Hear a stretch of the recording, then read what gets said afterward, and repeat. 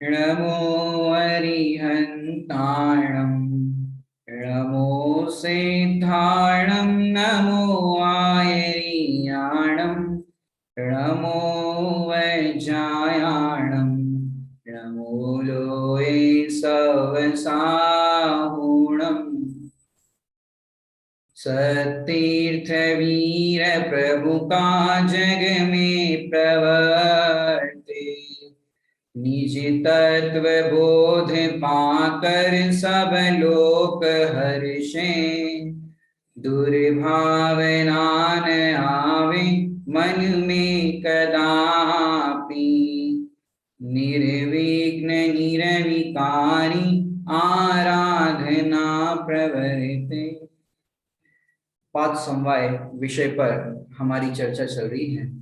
बहुत ही सुंदर अद्भुत ये सिद्धांत है। इस सिद्धांत को समझने पर बहुत ही निर्भरता होती है और इस सिद्धांत के अंदर अपन ने स्वभाव समवाय की चर्चा प्रारंभ की थी। उस स्वभाव समवाय को हम समझाए उससे पूर्व समवाय की जो परिभाषा हमने आपको बताई थी, पुनः एक बार उस परिभाषा को हम दोहराते हैं। आपके सामने दिख रही होगी। एक दूसरे के बिना न रहने वाले पदार्थों का एक रूप से मिलने का नाम समवाय है। सभी को परिभाषा याद हो गई होगी। हम रोज इसलिए दोहराते कि आपको ये याद हो जाए एटलीस्ट कि समवाय किसे कहते हैं, कि एक दूसरे के बिना नहीं रहते और जब भी ये कार्य होता है तो एक साथ ही रहते हैं, अर्थात एक रूप से मिलकर वो कार्य हो जाता है। इसी का नाम समवाय है। समवाय के नाम स्वभाव समवाय, पुरुषार्थ, काललब्धि, भवितव्य अर्थात नियति और निमित्त। इस प्रकार ये 5 समवाय है।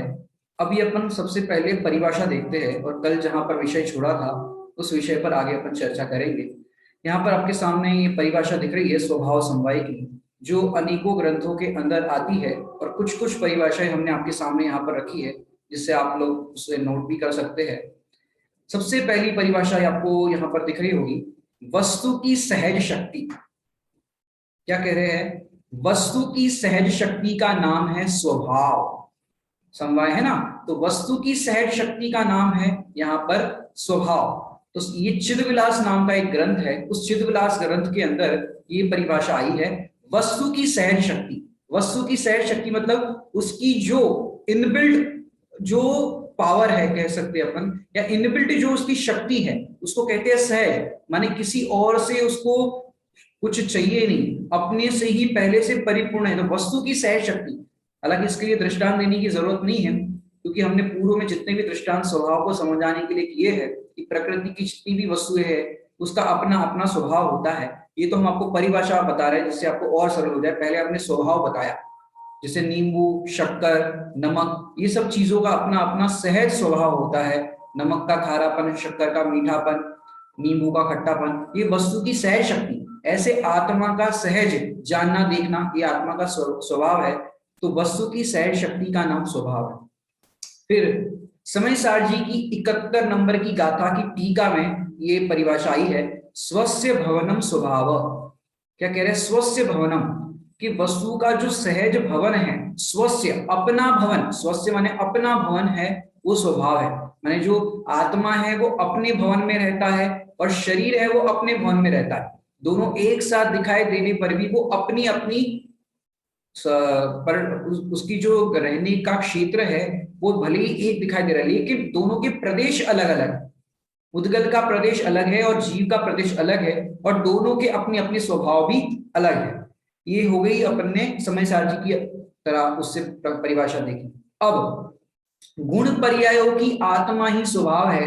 प्रवचन सार जी 87 नंबर की तात्पर्य वृत्ति टीका में ये बात आई है, गुण पर्यायों की आत्मा। अब गुण पर्यायों की आत्मा क्या होती है? 3 नाम आपने सुने होंगे, द्रव्य, गुण और पर्याय। कि जब भी पर्याय की बात आएगी तो पर्याय किसके आधार से रहती? द्रव्य और गुण के आधार से। जिसके पर्याय जो है अगर उसका कोई गुण ही नहीं होगा तो पर्याय कहां से होगी? और गुण कहां पर रहते हैं? द्रव्य में रहते हैं। तो द्रव्य और गुण के बिना पर्याय नहीं होती और पर्याय होती है तो द्रव्य गुण अवश्य होते हैं।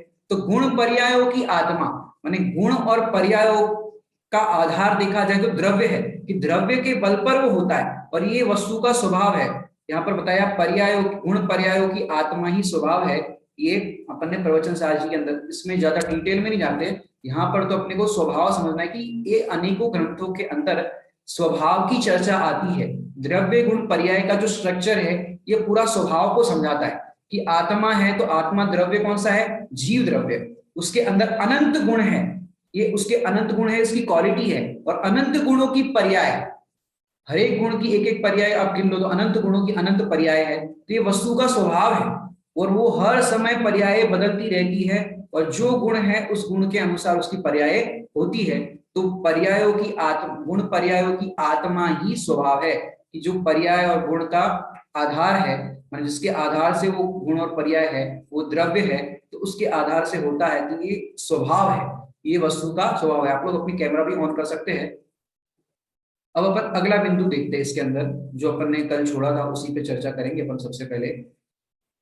हाँ जी, पहला बिंदु यहाँ पर देखिए, स्वशक्ति। ये कल अपन ने प्रारंभ किया था, फिर से अपन इसको आगे दोहरा करके देखते हैं।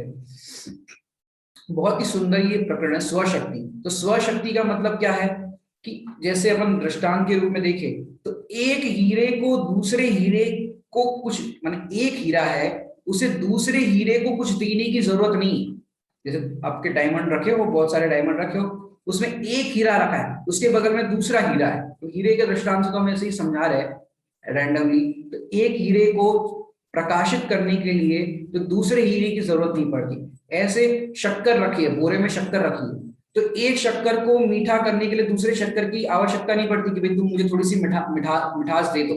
क्यों? वस्तु की अपनी स्वशक्ति होती है, उसे मिठास या जो भी उसके गुण की क्वालिटी होती है, उसके लिए दूसरे का आश्रय करना नहीं पड़ता। ऐसे मेरी स्वशक्ति क्या है, मेरी स्वशक्ति, कि मेरी स्वशक्ति ये है कि मैं पहले से ही परिपूर्ण हूं, सुख स्वभावी हूं।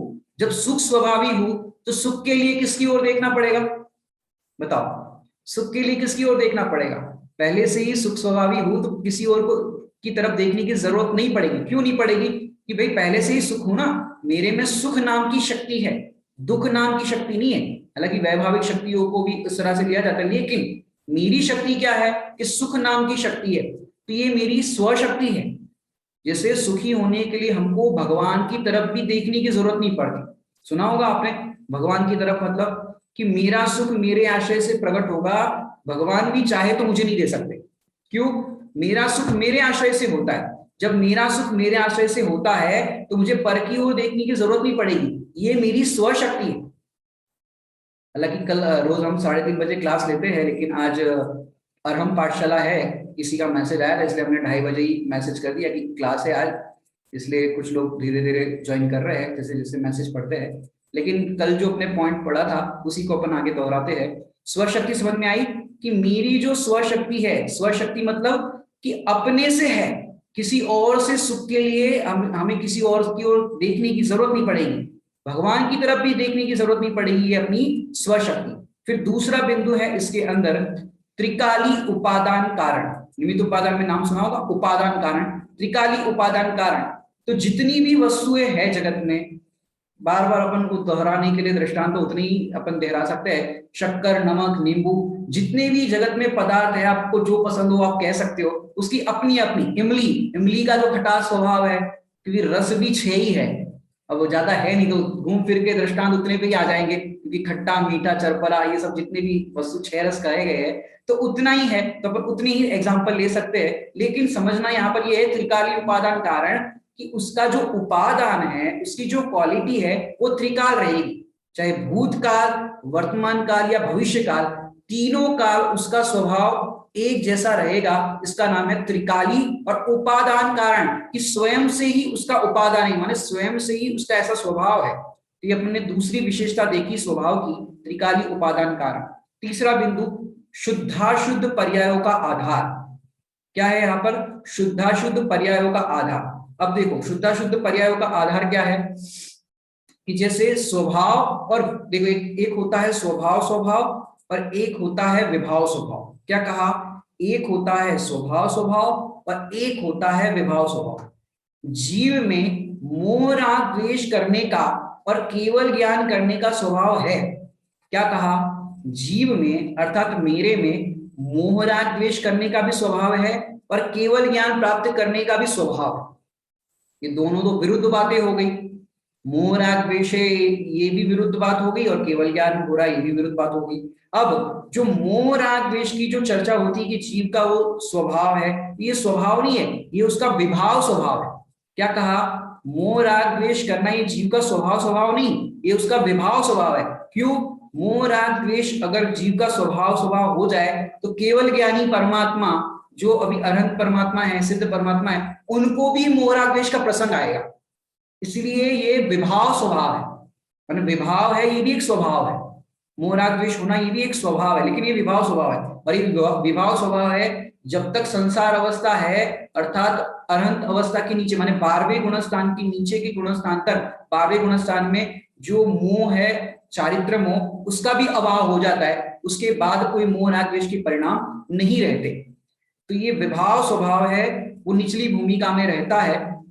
फिर आप जो कहोगे कि भी मोह राग द्वेष करने का आत्मा का स्वभाव है और केवल ज्ञान करना भी आत्मा का स्वभाव है, कि हाँ, यदि रागादि को जीव का कर्ता नहीं माने तो पर के द्वारा क्रिएशन मानना पड़े। क्या कहा? रागादि को पर का कर्ता नहीं माने तो पर के द्वारा क्रिएशन मानना पड़ेगा। क्योंकि रागादि जो होते हैं वो कैसे होते हैं? जीव की ही पर्याय में होते हैं। 6 द्रव्य है, अब उसमें पुद्गल, धर्म, अधर्म, आकाश, काल, उसमें ये राग आदि के परिणाम नहीं होते। तो बचा कौन? जीव, जिसको कहते हैं मजबूरी का नाम महात्मा गांधी, और कोई नहीं है तो फिर बस जीव को पकड़ो। तो जीव के अंदर ये मोह राग द्वेष के परिणाम होते हैं। क्या कहा? जीव के अंदर ये मोह राग द्वेष के परिणाम होते हैं, लेकिन ये जीव का स्वभाव नहीं है, ये उसका विभाव स्वभाव। क्यों? देखो, आत्मा में 2 तरह की शक्ति होती है। 47 शक्ति अगर आपने पढ़ी हो, नाम भी एटलीस्ट पढ़ा हो, तो उसमें एक नाम आता है 21 नंबर की शक्ति है अकर्तृत्व शक्ति, और लगभग 42 नंबर की शक्ति है कर्तु शक्ति। आत्मा में कर्तु शक्ति भी है और अकर्तृत्व शक्ति भी है। अब अकर्तृत्व शक्ति का क्या काम है? कि आत्मा में मोह राग द्वेष उत्पन्न होते हैं, लेकिन आत्मा उसका अकर्ता है।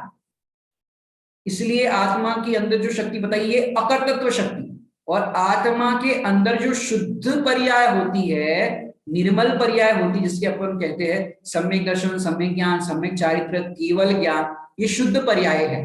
तो ये आत्मा उसका कर्ता है। क्यों? ये जो पुरुषार्थ कहो या सामर्थ्य कहो, जीव के अंदर ही है शुद्ध पर्याय को प्रकट करने की, इसलिए जीव उसका कर्ता है। और 5 द्रव्य कर्ता नहीं है मोह राग द्वेष करने के लिए, इसलिए जीव को उसका कर्ता कहा। लेकिन वो कौन सा कर्ता कहा?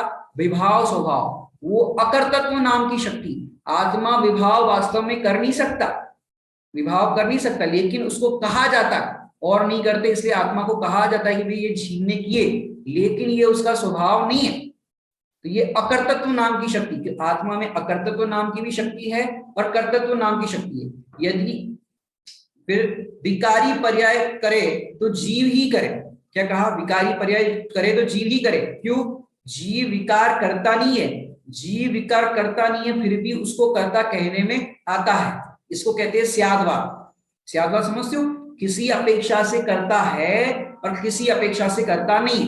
ये पॉइंट क्लियर हुआ आप लोगों को? क्या बताया? आत्मा मोह राग द्वेष का करता है। क्यों है?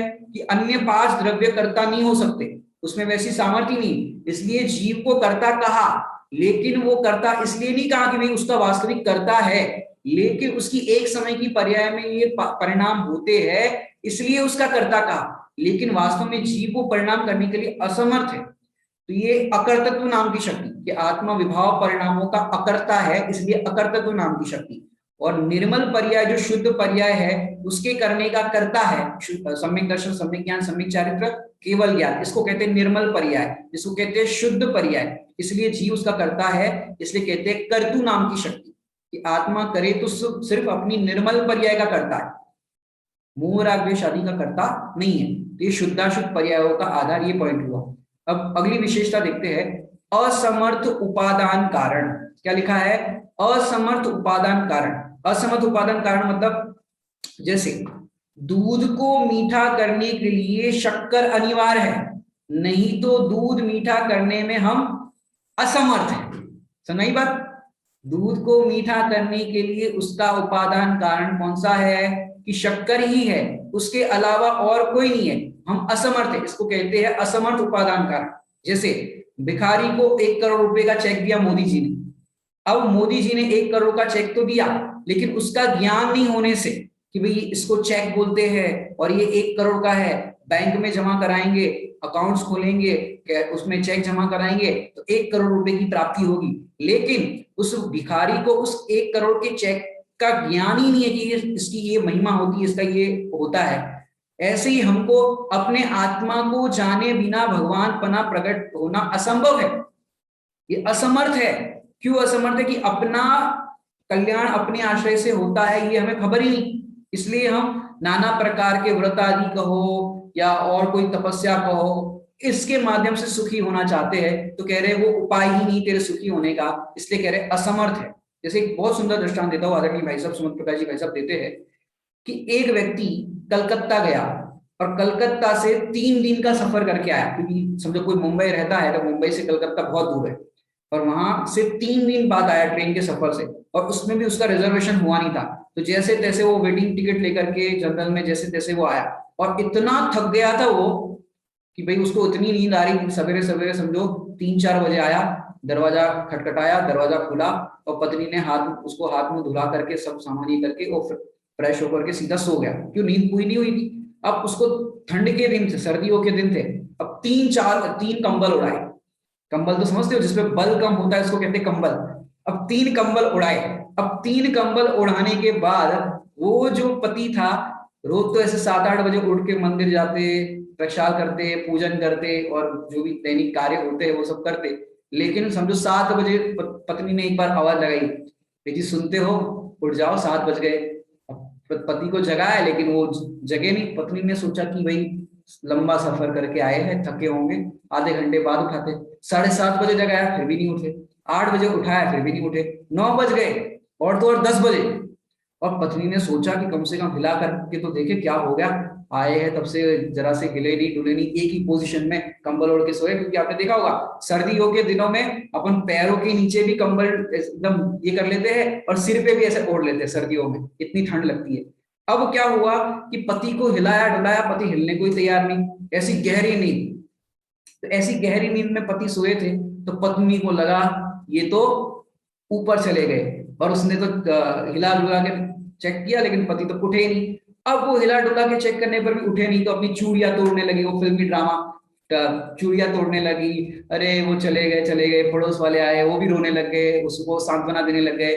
फिर पुरुष वर्ग आए तो उसने कहा कि चलो भाई लकड़ियां लकड़ियां ले आओ, नाना प्रकार से इस तरह से उन्होंने प्रयास किया कि भाई अब ये कर लो। अब इतना सब कुछ करने पर भी हुआ क्या कि इतना सब कुछ करने पर भी हुआ क्या कि पति तो उठे नहीं, और फिर उनको लगा कि ये तो चल बसे। और जैसे उठा करके लेके जाने वाले थे सब पुरुष वर्ग मिलकर के कि भाई ये तो मर गए, उठा के लेके जाने वाले थे, उतने में वो तो जग गए, बहुत सारा हल्ला हो गया, इतना हो गया तो वो तो जग गए, सब लोग बाकी लोग भी भग गए, भैया भूत भूत भूत, ये तो जिंदा हो गए जिंदा हो गए। अब इतना सब कुछ हुआ। अब पति जैसे ही, अब फिर पत्नी ने सोचा कि मेरे से तो गड़बड़ नहीं हो गई, और फिर कुछ लोग रुक भी गए मध्यस्थ थे कि भैया भूत भूत कुछ होता नहीं, और इतनी देर से जग नहीं रहे थे, हो सकता है बेहोश हो गए कुछ भी हो। अब कुछ लोग रुक गए, तो पत्नी ने चूड़ियां तोड़ दी, सिंदूर मिटा दिया और सब चेष्टाएं करी। अब बताओ वो पत्नी जो है सुहागन है कि विधवा है? बताओ, पत्नी जो है वो सुहागन है कि विधवा है? अब आप कहोगे कि भाई वो तो मर गया है, विधवा हो गई पत्नी तो। अब उसको सुहागन बनाने के लिए क्या करना पड़ेगा पत्नी को? सुहागन बनाने के लिए पत्नी को करना क्या पड़ेगा कि सुहागन बनाने के लिए फिर से क्या करना पड़ेगा उसको कि भाई वो सुहागन तो है ही, उसने माना था कि मेरे पति मर गए और मैं विधवा हो गई। क्या कहा उसने? ऐसा माना था। क्यों? क्योंकि अब उसको सुहागन बने, क्यों? पति मर गए, अब उस पत्नी को सुहागन बनाने में समर्थ है कि असमर्थ है? बताओ, सुहागन बनाने में समर्थ है कि असमर्थ है? ऐसे भगवान आत्मा जो द्रव्य कर्म भाव कर्म नौ कर्म से भिन्न है, और यहाँ पर वो पत्नी को मिसअंडरस्टैंडिंग क्यों हुई? उसने जो 3 कंबल ओढ़े थे ना, 3 कंबल, वो 3 कंबल का जो पोर्शन था ओढ़ा हुआ, द्रव्य कर्म, भाव कर्म, नौ कर्म, ये 3 कंबल उठा करके नहीं देखे। एक तो दृष्टांत में 3 कंबल उठा करके देखती और उसकी सांस वगैरह चेक करती, सांस मतलब उसकी सांस चेक नहीं करती, वो उसकी जो ब्रेथिंग होती है उसको चेक करती। तो वो जब चेक करते पता चलता कि जिंदा है कि नहीं मरा, वो ओढ़े ओढ़े ही फिर उसको लेके जाने लगे तो कैसे पता चलेगा। ऐसे ही हम भगवान आत्मा है, तो हमने अपने आप को ये द्रव्य कर्म, भाव कर्म, नौ कर्म की चादर उठा करके देखा ही नहीं कभी कि मैं उससे भिन्न हूं। 3 चादर उठा करके, कंबल उठा करके देखा ही नहीं कि मैं कैसा हूं। तो ऐसे ही आत्मा जो है, मन आत्मा में सुख नाम का गुण है। यदि सुख करने में समर्थ है तो खुद का ही आत्मा है, और बाकी सब कारण जो सुखी होने के नाम पर हम करते हैं वो सारे कारण असमर्थ है। इसको कहते हैं असमर्थ उपादान कारण। क्यों? अभवी जीव का मोक्ष कभी नहीं होगा, ये आपने सुना होगा। अभव्य में सुख नाम का गुण तो है लेकिन उसमें सुख नहीं होगा। क्या कहा? अभव्य जीव में सुख नाम का गुण तो है लेकिन अभी उसकी ऐसी योग्यता है कि उसको सुख कभी नहीं होगा, वो अभव्य ही रहेगा। जो 5 समय की अपनी चर्चा चल रही ना, कारणों का समूह, कारण काय को कारण कहे ना, तो एक कार्य के होने में 5 कारण होती ही है। आखिरी में 5 कारण से कार्य होता नहीं है। एक कारण हो तो एक कारण से कार्य हो जाए, ऐसा नहीं है। जब भी कार्य होगा तो ये 5 कारण मिलेंगे ही मिलेंगे, इसके मिलने पर ही कार्य होगा। तो अपने को कारण है वो 5 कारण मिलाने नहीं है, एक 5 कारण तो मिले मिलाए है। अपन को तो अपने को ज्ञाता दृष्टा रहना है और सहज ही सब मिलेंगे। निमित्त भी मिले मिलेंगे, योग्य ही हो, सब कार्य होगा। अब देखो, ये हो गया असमर्थ उपादान कारण, माने हम पर का कार्य करने के लिए असमर्थ है। जिस वस्तु के लिए जो कारण चाहिए वो कारण से ही कार्य होगा और वही समर्थ है, बाकी सब असमर्थ है। आगे का बिंदु देखते हैं, निरपेक्षता। निरपेक्षता का हमने कल अर्थ किया भी था कि किसी भी प्रकार की पर से अपेक्षा नहीं होना, इसका नाम है निरपेक्षता। माने अपने को परिपूर्ण देखने पर निरपेक्षता प्रकट होती है और पर से किसी भी प्रकार की अपेक्षा नहीं रहती। अपेक्षा क्यों नहीं रहती? कि जीव स्वभाव से ही निरपेक्ष है। अब ये आपको देखने के लिए, या अब दृष्टांत में ले रहे हैं, आंख से देख नहीं सकते, हम तो ज्ञान से ही जानते देखते हैं, लेकिन इस आंख को देखने के लिए इस आंख की जरूरत पड़ेगी। ये स्वतंत्र रूप से अपना काम कर रही है, ये स्वतंत्र रूप से काम कर रही है। ये आंख खराब हो जाए तो पड़ोस वाली ये आंख मदद करेगी कि नहीं करेगी कि चलो हम तुम्हें मदद कर देते आज। ऐसे एक आंख दूसरे आंख को मदद नहीं कर सकती, एक कान दूसरे कान को मदद नहीं कर सकता। ऐसे ये सारे बॉडी पार्ट से वो स्वतंत्र है। जब इसकी स्वतंत्रता हमको समझ में आती है, वैसे ही जीव का जो कार्य है वो जीव करता है, पुद्गल का काम पुद्गल करता है। तो पुद्गल के कार्य से जीव सुखी नहीं हो सकता, पुद्गल से आज तक एक भी जीव सुखी नहीं हुआ। क्यों? हमें उसकी आवश्यकता ही नहीं सुखी होने के लिए। अरे पूर्णता पाने में इसकी क्या है आवश्यकता, पर की क्या है आवश्यकता? तो निरपेक्षता। ये 5 पॉइंट हो गए। अब छठा पॉइंट, स्यात अवक्तव्य। स्यात माने किसी अपेक्षा से, और अवक्तव्य ये सप्तम अंक के विषय में आएगा, जो हमने आपसे कहा था अगली कक्षा पर सप्तम अंक की लगाएंगे। तो इसका एक बिंदु तो यहां पर ही आपके सामने है, स्यात अवक्तव्य। स्यात माने किसी अपेक्षा से, और अ माने नहीं, और वक्तव्य माने कहना। कहते ना अपन, अभी भैया इनका वक्तव्य होगा, वक्तृत्व वक्तृत्व स्पर्धा होती है, वो बोलने की कला, उसकी स्पर्धा होती है, कंपटीशन होता है। तो अवक्तव्य का अर्थ होता है स्यात, माने किसी अपेक्षा से। स्यात माने किसी अपेक्षा से, अवक्तव्य कि किसी अपेक्षा से कहा जाए तो स्वभाव जो है वो पूरा कहा नहीं जा सकता। मैंने शक्कर है, ये देखो शक्कर बार बार आ रही है लेकिन कोई बात नहीं, अब मैं आपको थोड़ा सा उसको चेंज करके समझाता हूं कि किस प्रकार से। कि जैसे देखिए, स्यात अवक्तव्य जो यहाँ पर शब्द दिया है, वो स्यात अवक्तव्य देखो। अब मैं आपसे प्रश्न पूछता हूँ, केला कैसा होता है? केला, केला, बनाना, बनाना कैसा होता है? तो आप कहोगे मीठा। गन्ना कैसा होता है? तो आप कहोगे मीठा। एप्पल कैसा होता है? कि मीठा। शक्कर कैसी होती है? मीठी। गुड़ कैसा होता है? मीठा। सब मीठे है कि नहीं? अब आप लोगों में से कोई बता सकता है कि गन्ना और शक्कर या गुड़, मैंने जो 5-6 चीजें बताई, उसमें से मीठा कैसा होता है? कोई बता सकता है कौन सा मीठा कैसा होता है? उस पर आप थोड़ा सा बोल सकते हो 2-5 मिनट। शक्कर मीठी होती तो कैसी मीठी होती है? गन्ना मीठा होता है तो कैसा मीठा होता है? कैसे बताओगे आप? बता सकते हो कोई? आप कम से कम अपने एक्सप्रेशन से तो बताओ, बता सकते हो? कि गन्ना कैसा मीठा, एप्पल कैसा मीठा, कि भाई उसको बता नहीं सकते। क्यों नहीं बता सकते? अवक्तव्य। स्याद में थोड़ा सा बता सकते हैं, ये शक्कर मीठी है, ये रसगुल्ले जैसी है, गन्ना इस तरह का है, थोड़ा सा आप कह सकते। तो स्याद में जितना आप कह रहे हो उतना तो वक्तव्य, और स्याद अवक्तव्य, किसी अपेक्षा से अवक्तव्य, अ माने नहीं और वक्तव्य किसी अपेक्षा से पूरा उसका स्वभाव नहीं बता सकते। क्या कहा?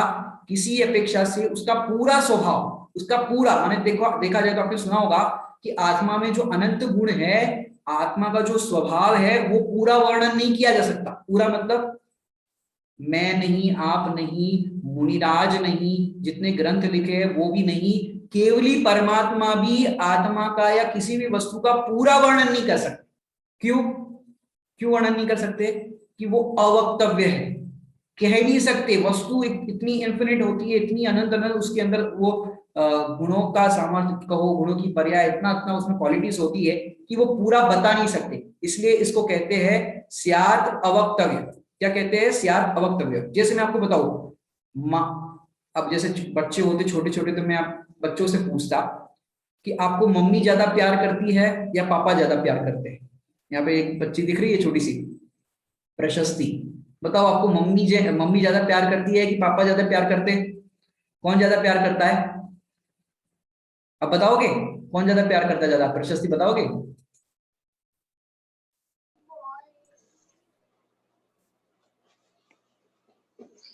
पापा। पापा ज्यादा प्यार करते हैं। अच्छा, ये छोटी सी बच्ची कह रही है पापा ज्यादा प्यार करते हैं।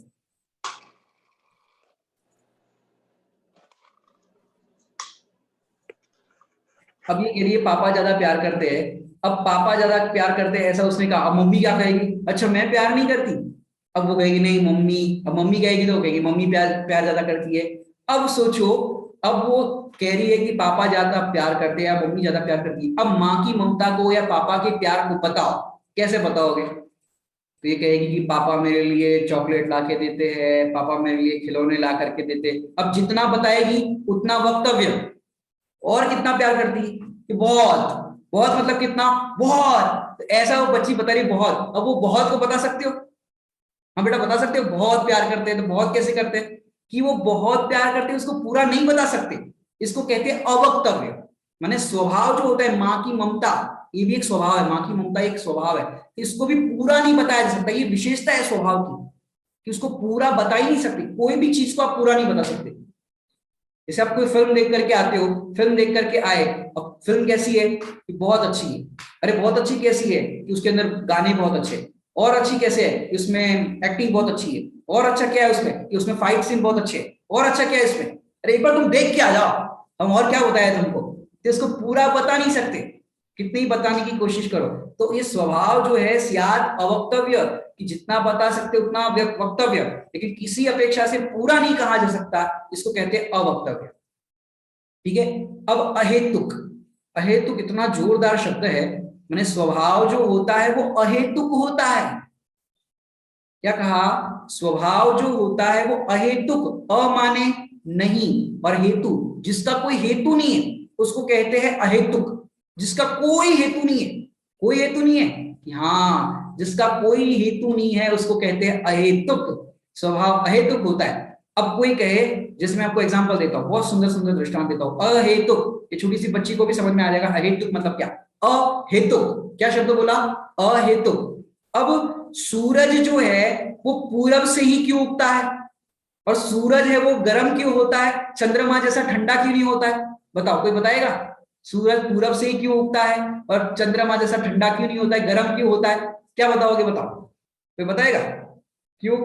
अहेतुक, उसका कोई हेतु नहीं है कि सूरज पूरब से क्यों उगता है। अग्नि गर्म क्यों होती है, ठंडी क्यों नहीं होती? अहेतुक। समझा नहीं बात? कि उसका कोई भी हेतु नहीं है। मैंने हमको लगता है कि भाई ये वस्तु ऐसी क्यों हुई। अब कोरोना 2020 में क्यों आया? अहेतुक। इसका कोई हेतु नहीं है कि नहीं नहीं नहीं नहीं वो चाइना वालों ने यहाँ भेज दिया, चाइना वालों ने ऐसा किया। अहेतुक, किसी ने कुछ भी नहीं किया। जो कुछ भी होता है वो सारा परिणमन अहेतुक होता है। कैसा होता है? अहेतुक होता है। जब भी हमको ये लगता है कि भाई ये ऐसा क्यों हुआ, ज्ञानी की डिक्शनरी के अंदर ये शब्द नहीं होता, क्या ये नहीं होता कि भाई ऐसा क्यों हुआ। क्यों? वस्तु का परिणमन जितना भी जैसा भी हो रहा है वो स्वाभाविक परिणमन हो रहा है, यह अहेतुक।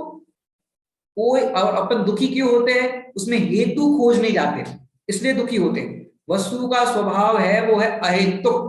क्या है? अहेतुक। माने हमको लगता ही नहीं है कि वस्तु का परिणमन ऐसा है। हमको सुखी होने के नाम पर लगता है कि भाई इसका, इस वस्तु से सुखी हो जाए, उस वस्तु से सुखी हो जाए, लेकिन उससे सुखी हो नहीं सकते। क्यों? उसमें सुखी नहीं, अहेतुक। ज्ञानियों के जीवन में नाना प्रकार के प्रसंग होते हैं। अब मैं आपको तीन बातों से अहेतुक समझाता हूं। द्रव्य है वो अहेतुक है, गुण है वो अहेतुक है, और पर्याय है वो भी अहेतुक है। तीन बात बताई, द्रव्य, गुण और पर्याय। जैसे पुद्गल का स्वभाव जानना देखना क्यों नहीं है? बताओ, पुद्गल का स्वभाव जानना देखना क्यों नहीं है? अहेतुक। और जीव का स्वभाव पुद्गल जैसा क्यों नहीं है? अहेतुक। कोई करना नहीं होता, कोई करता नहीं होता।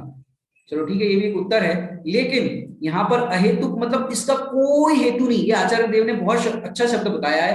अभी मेरा जो समय सारथी का 7:15 शाम को बंद अधिकार चल रहा है, इसी चैनल पर, इसी आईडी पे आपको मिलेगा 7:15, वहां पर यही विषय मेरा चल रहा है। उसमें आचार्य देव ने लिखा है कि जीव का जो स्वभाव है वो सतरूप है, माने एग्जिस्टेंस है, उसकी सत्ता है, अहेतुक है, और ज्ञप्ति ही जिसकी क्रिया है। ज्ञप्ति मतलब जानना देखना, जानना, जानन जानन क्रिया ही जीव की क्रिया है। भोजन बनाना, भोजन करना, ये क्लास सुनना, ये सब करना, ये जीव की क्रिया नहीं है। जीव की तो मात्र जानन क्रिया ही है। वहां पर ये शब्द आया, क्या आया? अहेतुक। तो द्रव्य अहेतुक, कि विश्व में जितने भी द्रव्य है, और जाति अपेक्षा से 6 द्रव्य कहे, तो जीव का जानना देखना स्वभाव क्यों है? अहेतुक। पुद्गल का स्पर्श गंध वर्ण स्वभाव क्यों है? अहेतुक। धर्म द्रव्य ही गति हेतुत्व क्यों है? धर्म द्रव्य ही गति कराने में निमित्त क्यों होता है? अहेतुक। अधर्म द्रव्य स्थिति हेतुत्व, अहेतुक। आकाश द्रव्य ही जगह क्यों देता है? अहेतुक। काल द्रव्य ही परिणमन क्यों करता है? अहेतुक। ये अपन ने द्रव्य से अहेतुक देखा। गुण से अहेतुक देखो, गुण से, आत्मा में गुण, आत्मा में सुख नाम का गुण है, दर्शन नाम का गुण है, ज्ञान नाम का गुण है, ये तो आत्मा के गुण है। आत्मा में रस नाम का गुण है कि नहीं है? क्या आत्मा में रस नाम का गुण नहीं है? क्यों? क्यों नहीं है? आत्मा में रस नाम का गुण क्यों नहीं है? अहेतुक। समझे बात? कभी भी कोई भी प्रॉब्लम हो, कोई भी हो, अहेतुक।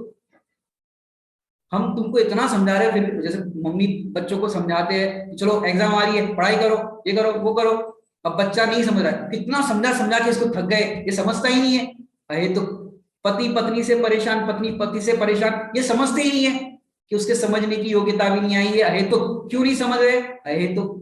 हर परिस्थिति में अगर आपको ये अहेतुक लगाना आ जाए, तो आपकी जितनी भी प्रॉब्लम है वो सारी प्रॉब्लम, इससे समाधान इसका हो जाएगा। क्यों? सभी वस्तुएं अहेतुक है। गुण, आत्मा में ज्ञान गुण ही क्यों है? आत्मा में गर्म नाम का गुण क्यों नहीं है? उष्णता नाम का गुण क्यों नहीं है? सर्दी नाम का गुण क्यों नहीं है? अहेतुक। हर एक वस्तु में जो भी जैसा भी परिणमन है, अहेतुक। अभी हमारी भर जवानी के अंदर सफेद बाल क्यों हो गए? अब जिसके बाद सफेद हो जाते हैं, वो टेंशन में आ जाते हैं कि हमारे बाल सफेद हो गए, क्या करें? अहेतुक। और किसी के तो बाल ही चले गए, बाल उड़ गए। आजकल बाल उड़ने की बहुत बीमारियां हो रही, सबको बाल उड़ जाते हैं। तो बाल क्यों उड़ गए? अहेतुक। हर परिस्थिति में आप ये लगाना सीख जाओ, चेहरे पर ये झुर्रियां क्यों आ गई? अहेतुक। इसका कोई हेतु नहीं है कि नहीं नहीं नहीं, नहीं हम आंखों के नंबर बढ़ गए या चश्मा आ गया, इसका क्या हेतु है? कि भाई हम ऐसा करते हैं, कंप्यूटर पे ज्यादा काम करते हैं, इसमें काम करते हैं, इसके कारण हमारे नंबर बढ़ गए। अरे अहेतुक, इसका कोई हेतु नहीं है। हम हेतु खोजने जाएंगे तो दुखी होंगे। पुराण से थोड़ा सा देखते हैं, पर्याय भी अहेतुक है। ये अपन ने द्रव्य देखा, गुण देखा, अब पर्याय को देखते हैं। पर्याय भी अहेतुक है। आपने अगर पुराण की कथाएं पढ़ी हो, तो पवन जय ने अंजना सती से 22 साल तक कोई भी कॉन्वर्सेशन नहीं किया था। शादी तो कर ली, लेकिन 22 साल तक बात नहीं की थी। बताओ क्यों नहीं की थी? तो बताएगा क्यों नहीं की थी 22 साल तक बात? अब आप वो पुराण के पूर्व भाव की घटना लाओगे कि उसने 22 पूर्व भाव के अंदर अंजना सती ने 22 घड़ी के लिए वो प्रतिमा जी छुपा दी थी, इस कारण से ऐसा हुआ। अरे अहेतुक, इसका कोई हेतु नहीं है। यदि पुराण में ये पूर्व भाव, क्योंकि देखो कितनी ही घटनाएं ऐसी होती है कि इसका पूर्व भाव अपन देखने जाओ तो कहीं पर उसका पूर्व भाव का रिलेशन दिखता ही नहीं है। कि इसने ऐसा क्यों किया, तो ऐसा पूरा दिखता ही नहीं, फिर भी उसका होता है। तो ये जो भी होता है वो है अहेतुक। क्या होता है? अहेतुक। इसका कोई हेतु नहीं है कि इसके साथ ऐसा क्यों हुआ। तो हमको भी जब भी ऐसा हो कि मैं अपनी देवरानी को इतना अच्छा रखती हूँ, मैं सास को इतना अच्छा रखती हूँ, फिर भी मेरे से लड़ते रहते हैं, झगड़ते रहते हैं, हम जब भी किसी का अच्छा करना चाहते हैं तो अच्छा करते हैं, लेकिन ये सामने वाले हमारे साथ रिवॉर्ड में बहुत बुरा व्यवहार करते हैं। जब भी हमको जरूरत पड़ती है तो कोई हमारे घर पे आता नहीं है, जरूरत पड़ने पर कोई फोन तक नहीं करता, और ये हमके घर पे कभी जरूरत पड़ जाए, उनकी कभी मदद हो जाए तो हम पहुंच जाते हैं। रात को 12 बजे भी हमको जरूरत पड़ी थी उनकी, तो वो हम उनके यहाँ पहुंच गए थे, और हमारे यहाँ जरूरत पड़ी तो दिन में भी नहीं आए वो। अभी ऐसे कोरोना के काल में हमको जरा सा बुखार आ गया तो सब 10 लोगों के फोन आ गए, ये तो हमारे पड़ोस में रहते फिर भी खबर देखने के लिए नहीं आए। अब बताओ उस टाइम पे आपको कैसा लगता है? उस टाइम पे लगता है कि भाई पड़ोस में रहते, कम से कम मिलने नहीं आए, फोन तो कर लेते, एक सहानुभूति के लिए तो बोल देते कि भाई कैसा है, ठीक हो जाएगा, चिंता मत करो, ऐसा तो कह लेते। कई बार अपने को ऐसा ऐसा विकल्प आते हैं कि सहानुभूति तो दे देते, कम से कम सिंपैथी तो कर लेते। बड़े पंडित साहब के पास, अपन जो मंगलाचरण पढ़ते हैं ना, बाल ब्रह्मचारी रविंद्र जी आत्मा, पंडित साहब के पास लोग आते हैं और अपनी अपनी बात बताते हैं। तो एक व्यक्ति ने अपनी बात पूरी बताई और फिर कहा, पंडित साहब हम तो पत्नी से परेशान, बीवी से इससे परेशान, उससे परेशान, पूरी अपनी रामायण सुनाई। और कहा पंडित साहब उन्होंने सहानुभूति तक नहीं दी। तो पंडित साहब ने तुरंत कहा, तुम्हें सहानुभूति की नहीं स्वानुभूति की जरूरत है। क्या कहा? सहानुभूति की नहीं स्वानुभूति, आत्मा के अनुभूति की जरूरत है। यदि आत्मा की अनुभूति करते तो तुम्हें पर की सहाय की चाह नहीं होती, दुखी नहीं होते। और जो कुछ भी हो रहा है ये अहेतुक है, इसमें कोई हेतु खोजने की जरूरत नहीं। ये तो अपन ने अहेतुक को पढ़ा, इसमें अहेतुक का तो बहुत विस्तार है, यदि करें तो 1 घंटा भी हमको कम पड़ सकता है। प्रत्येक वस्तु का स्वभाव जो है वो अहेतुक है, हेतु नहीं खोजना है। जो भी जैसा है, मैंने अभी जो हमने दृष्टांत दिए, केला मीठा क्यों होता है, गन्ना मीठा क्यों होता है, नमक खट्टा खारा क्यों होता है, ये जितनी भी चीजें हैं वस्तु की, जितना भी आपको दिखाई देता है, ये सारी चीजें अहेतुक है, कोई हेतु नहीं है। अब कोई कहे कि भाई इनको ज्यादा भूख लगती है, ज्यादा खाते हैं, और ये कम खाते हैं। अब कोई कम क्यों खाता है? अहेतुक। कोई ज्यादा क्यों खाता है? अहेतुक। अरे कोई हेतु नहीं है। अगर एक काम करो, कंपटीशन करते ना कि भाई ये ऐसा कर रहे हैं तो हम भी इतना करें, तो एक काम करो, कोई 10 रोटी खाता है तो तुम भी 10 रोटी खा के बताओ, और जो 2 रोटी खाता है उसको कहो कि भाई तुम 10 वाले को कहो 2 रोटी खाओ। कि भाई जिसका जिसका जैसा है, कोई हेतु नहीं है, हेतु मत खोजो। तो ये है अहेतु। अगला बिंदु है अलंग्यता। स्वभाव है वो अलंग्य है, इस स्वभाव का कोई भी उल्लंघन नहीं कर सकता, उसको लांग नहीं सकता। अलंग्य, अ माने नहीं, और लंग्यता, तो लंग्यता का अर्थ होता है उसको लांग नहीं सकते। स्वभाव है वो अलंग्य है, इसको कोई भी बदल नहीं सकता, कोई भी उसमें कुछ भी कर नहीं सकता। ये आपको अगर देखना हो तो समय सारजी के नीचे इसमें रेफरेंस भी दिया है, समय सारजी की 308 से 311 गाथा में बताया है, लांगा नहीं जा सकता। जैसे शक्कर, नमक, सोना, चांदी, ये जितने भी पदार्थ है, कोई भी पदार्थ ले लो, कल हमने दृष्टांत भी देखा था, 1 तोला सोना और 1000 तोला चांदी। 1000 तोला ज्यादा ज्यादा हो जाएगा शायद, चलो दृष्टांत में क्या प्रॉब्लम है, 1000 तोला चांदी और 1 तोला सोना, दोनों को मिलाया, बताओ एक दूसरे में हो जाएंगे? नहीं होंगे। ये है अलंग्यता, वस्तु अपने स्वभाव को नहीं छोड़ती। इसके लिए नियम सारजी में भी एक गाथा आई है बहुत सुंदर, आप लिखना चाहो तो लिख सकते हो, 97 नंबर की गाथा है। निज भाव को छोड़े नहीं, किंचित ग्रहे पर भाव नहीं। निज भाव को छोड़े नहीं, किंचित ग्रहे पर भाव नहीं। जाने व देखे मैं वही, ज्ञानी करे चिंतन यही। जाने व देखे मैं वही, ज्ञानी करे चिंतन यही। ज्ञानी ऐसा चिंतन करते हैं, मैं तो मात्र जानने देखने वाला हूं, मैं अपने स्वभाव को छोड़ता नहीं और पर को ग्रहण नहीं करता। पर को ग्रहण कर सकते हो कि नहीं कर सकते? कि नहीं कर सकते। ये अलंग शासन है, इसमें किसी भी प्रकार की, क्या कहते हैं ना, रिश्वतखोरी है, ऐसा कुछ चलता नहीं है कि भाई यहां से कुछ कर लो, वहां से कुछ कर लो। ये अलंग शासन है, माने एक जीव अनंत पुद्गल एक मेक होने पर भी अलंग्य, एक मेक नहीं होते। क्या कहा? एक मेक नहीं होते, अलंग्य। क्यों? मैं तो अपने प्रदेश में रहता हूं। कौन से प्रदेश में रहता हूं?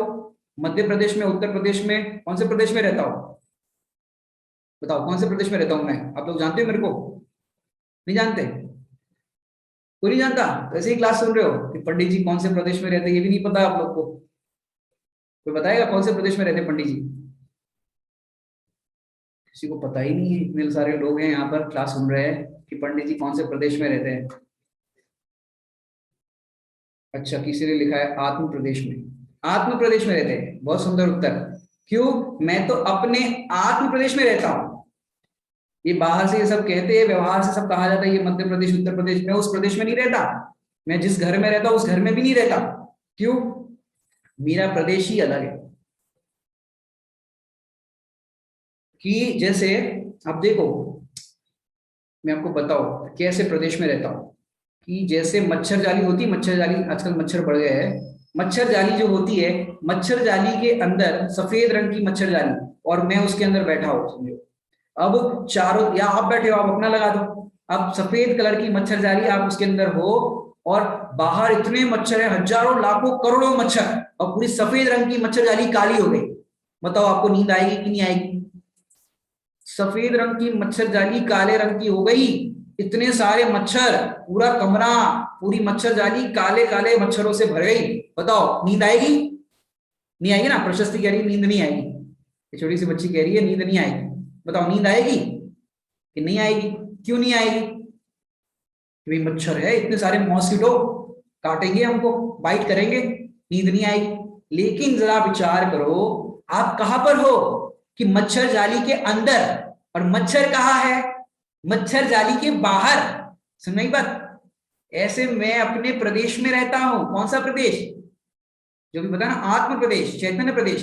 पंडित साहब की एक रचना में आता है, निज प्रदेशत्व रूपी किला है, जो कभी ना किसी से भिदा है। कर्म रागादि भी रहते बाहर, बैठ पाए कदापि न अंदर। अंतरंग में सदा विकारी, आज अद्भुत छवि निज निहारी। समझ में आया दृष्टांत आपको? कि जिस प्रकार मच्छर जाली के अंदर बैठने वाले व्यक्ति को मच्छर छूते तक नहीं, वो बाहर बाहर है मच्छर जाली के, ऐसे में अपने चैतन्य प्रदेश में रहता हूं। ये शरीर है वो आत्म प्रदेश के बाहर है। मोह राग द्वेष कर्म कषाय ये आत्म प्रदेश के बाहर है, ये मुझे छूते तक नहीं है। क्यों? अलंग्यता। ये कर्म शरीर रागादि ये मुझे छू नहीं सकते, मैं उनको छू नहीं सकता। ये अलंग्य शासन है, ये अलंग्यता है। ये हाथ इस हाथ को छू नहीं सकता, ये भी अलंग्यता है, वस्तु स्वरूप की अलंग्यता है। जो हमने चार अभाव की कक्षा पढ़ाई थी, उस चार अभाव की कक्षा में बताया था ये हाथ इस हाथ को टच नहीं करता। पुरुष स्त्री को कहां से टच करेगा? ये अलंग्यता है। ये अलंग्यता हमें समझ में आनी चाहिए। क्यों? ये स्वभाव है, ये स्वभाव है। अभी अपना शायद समय हो गया है, अपनी 3:30 बजे क्लास भी है परम पाठशाला की, तो अभी हम यहीं पर विराम लेंगे। इसकी अगली चर्चा अपन कल करेंगे। ये आपके सामने तो अभी मैं बता ही देता हूँ, ज्यादा इसमें विलंब नहीं होगा, 2 मिनट में बता दूंगा। स्वभाव समवाय ये अपना जो चल रहा है, उसके अंदर विषय सामग्री क्या है, हालांकि इसमें समय लग जाएगा, पहले ही पॉइंट में बहुत समय लग सकता है, दृष्टांत है तो कोई बात नहीं, नाम ही पढ़ लो कम से कम। स्वभाव समवाय, विषय सामग्री, स्वद्रव्य क्षेत्र भाव और उपादान ये विषय सामग्री है। हेगे उपादेय में ये स्वभाव जो है वो है आश्रय योग्य उपादेय। आत्मा है वो आश्रय योग्य उपादेय है, आत्मा का आश्रय करने योग्य है।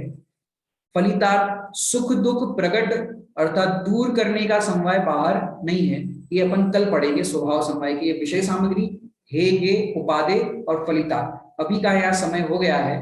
ओम नमः सिद्धेश्वराय।